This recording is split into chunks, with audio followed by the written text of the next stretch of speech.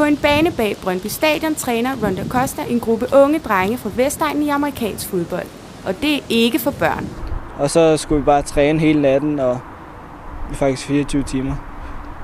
Og ja, vi fik ikke så meget søvn, men vi fik trænet en hel del. Målet med den hårde træning og disciplin er at få de unge til at bruge tiden til noget fornuftigt. Athletic ability, that's key, because then you're killing two birds with one stone. Okay, I'm looking for his athletic ability, but I'm also looking at his complete social development.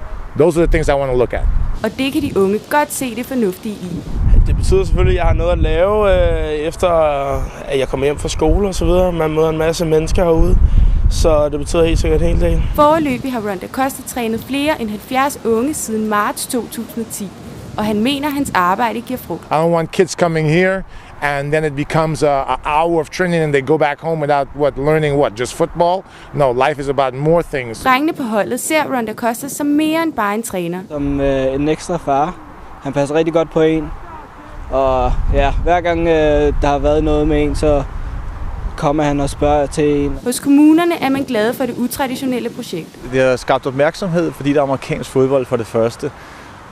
Og så har vi kunne se, at nogle af de unge, som normalt hænger ud i omkring centrene og stationerne, at der har vi jo fået nogle af dem til at spille amerikansk fodbold, og det har faktisk gjort, at de ikke har så meget tid til at hænge ud. Træningen gavner også de unge skolegang. Han stiller krav ikke kun til træningen, men også til vores privatliv, altså at vi har styr på vores skole og så videre.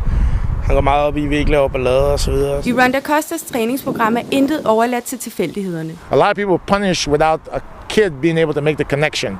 And as if you're just trying to get after them. No, so I'll spend time teaching him first that when I punish him, that he knows what it's for, but then you really get it. Projektet er resultatet af et samarbejde mellem Ron Da Costa og kommunernes SSP-konsulenter.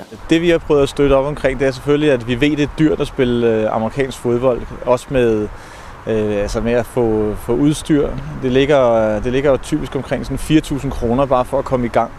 Så det vi har gjort i Vallensbæk Kommune, det er, at vi har støttet op omkring det, så har vi givet 7 spillersæt. Ambitionerne for holdets fremtid er høje. We want programs to understand that putting in social value does not have to take away from athletic ability.